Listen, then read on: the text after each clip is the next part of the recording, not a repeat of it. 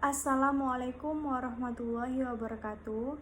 Perkenalkan, nama saya Kamila Ardillah, NIM A1A318011 dari Program Studi Pendidikan Pancasila dan Kewarganegaraan Universitas Jambi. Baiklah, di video kali ini saya akan memaparkan proposal penelitian kualitatif saya, yang mana ini merupakan sebuah tugas dari mata kuliah proposal skripsi yang diampu oleh dosen saya, yaitu Dr. Hannes M. Salam MSI. Untuk judul proposal saya yaitu peran guru pendidikan kewarganegaraan dalam menegakkan kedisiplinan siswa di kelas 11 Madrasah alias Swasta Pamnang tahun ajaran 2021. Bab 1, pendahuluan 1.1 latar belakang. Aktivitas belajar dan mengajar merupakan suatu proses pendidikan formal. Sekolah adalah sebuah institusi yang berperan di bidang pendidikan, di mana pendidikan adalah sesuatu yang penting dimiliki oleh setiap orang.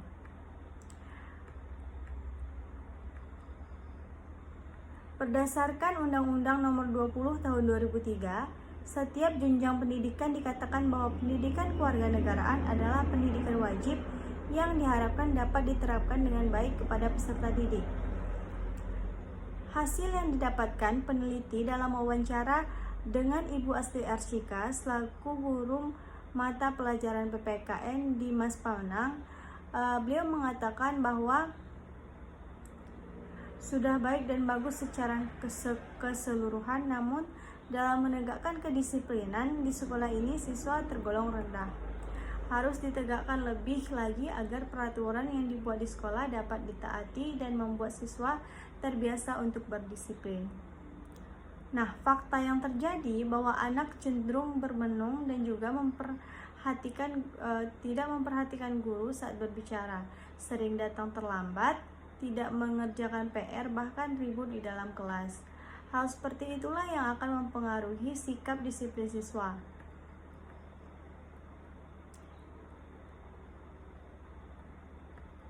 Nah, guru adalah seseorang yang memberikan pengetahuan kepada orang lain, kemudian membimbing seseorang dan menasihati tentang kebaikan.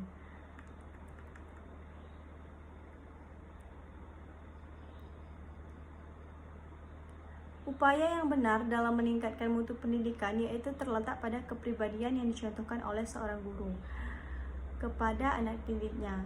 Keberhasilan guru memberikan pengetahuan itu sendiri. Pendidik atau guru itu memiliki peran yang sangat penting. Guru harus bisa mengontrol siswa, yaitu dengan cara mendekatkan diri kepada siswa agar mengurangi adanya celah untuk mengajukan peraturan. 1.2 Rumusan masalah. Berdasarkan uraian latar belakang di atas, dapat ditemukan rumusan masalah yang dapat peneliti rumuskan sebagai berikut. A. Apa bentuk peraturan yang harus ditaati siswa di sekolah dalam upaya meningkatkan disiplin siswa? B. Bagaimana tingkat kesadaran siswa mentaati peraturan di sekolah? C. Bagaimana upaya guru PKN dalam meningkatkan kedisiplinan siswa di sekolah? D. Apa yang menjadi hambatan bagi guru PKN dalam meningkatkan disiplin siswa di sekolah? E. Apa upaya yang dilakukan guru PKN dalam mengatasi hambatan-hambatan dalam upaya meningkatkan disiplin siswa di sekolah? Selanjutnya, tujuan penelitian yaitu untuk mendapatkan data mengenai bentuk-bentuk peraturan yang ada di sekolah, untuk mengetahui sejauh mana tingkat kesadaran siswa di sekolah, untuk mendapatkan pengetahuan tentang cara mendisiplinkan siswa dengan cara menggunakan pendidikan kewarganegaraan, untuk mengetahui hambatan apa saja yang dihadapi guru PKN dalam mendisiplinkan siswa di sekolah, dan yang terakhir untuk mengetahui upaya apa saja yang dilakukan guru dalam mengatasi hambatan-hambatan dalam upaya meningkatkan disiplin di sekolah. Selanjutnya, manfaat penelitian yaitu ada dari manfaat segi teori dan juga manfaat dari segi praktik. Dari segi teori dapat menambah serta memberikan kontribusi bagi penelitian yang telah ada maupun belum ada. Dari segi manfaat praktik yaitu dapat meningkatkan kedisiplinan siswa dari sebelum penelitian hingga setelah dilakukannya penelitian. Selanjutnya, definisi operasional. Di sini peneliti mencantumkan ada pendidikan kewarganegaraan dan juga kedisiplinan. Selanjutnya, bab 2, kajian teori. yaitu mengenai disiplin, yaitu yang pertama pengertian disiplin. Di sini ada beberapa ahli, mulai dari Papalia 2014, Siswanto 2001. Kemudian di sini peneliti simpulkan dari beberapa pendapat ahli bahwa disiplin adalah sebuah sikap teladan yang dimiliki oleh seseorang di mana dia mampu untuk konsisten terhadap sesuatu yang merupakan tanggung jawabnya. Selanjutnya karakteristik disiplin. Di sini peneliti mencantumkan juga beberapa pendapat ahli, yaitu menurut Khalib 2010, kemudian ada menurut Nadaik, Natuna dan Daik 2017.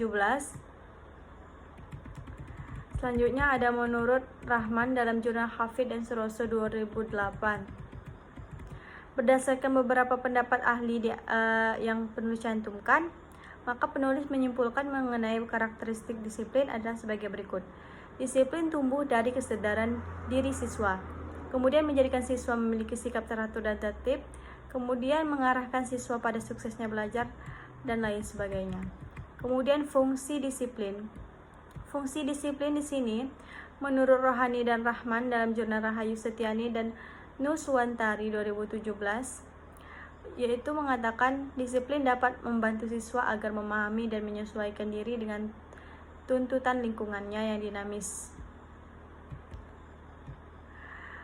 Fungsi disiplin menurut TUU 2004 ada 6, yaitu menata kehidupan bersama, membangun kepribadian, melatih kepribadian, pemaksaan hukuman, dan menciptakan lingkungan yang kondusif.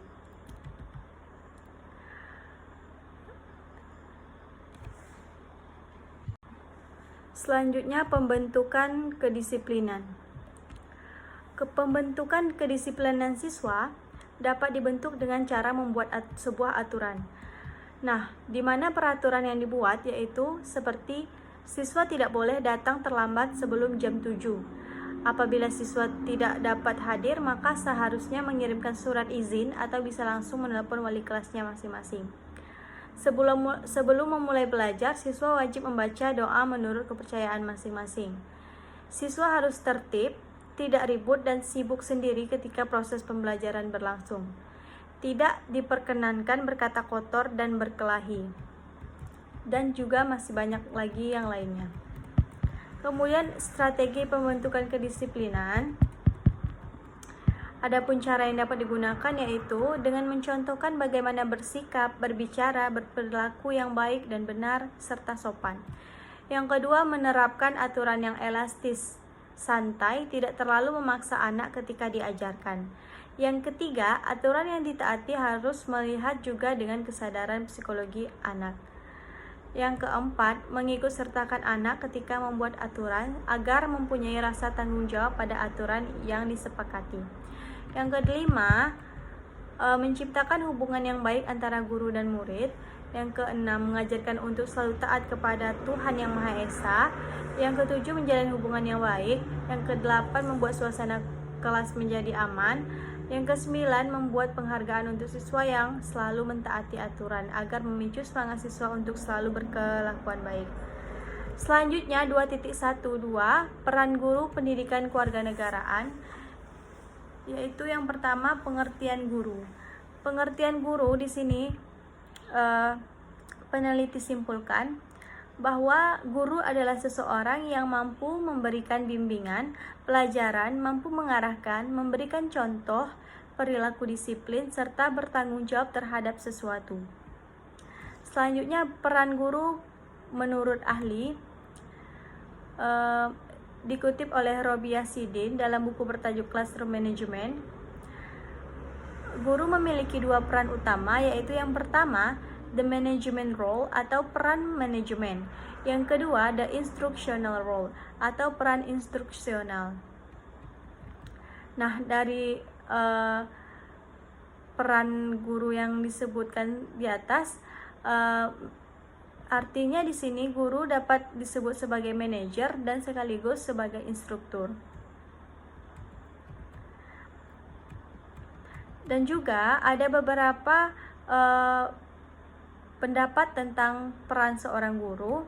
Di sini peranan guru menurut Pidarti ada 12, di sini saya akan menyebutkan 3 saja, yaitu seperti sebagai manajer pendidikan, kemudian sebagai fasilitator pendidikan, yang ketiga pelaksana pendidikan.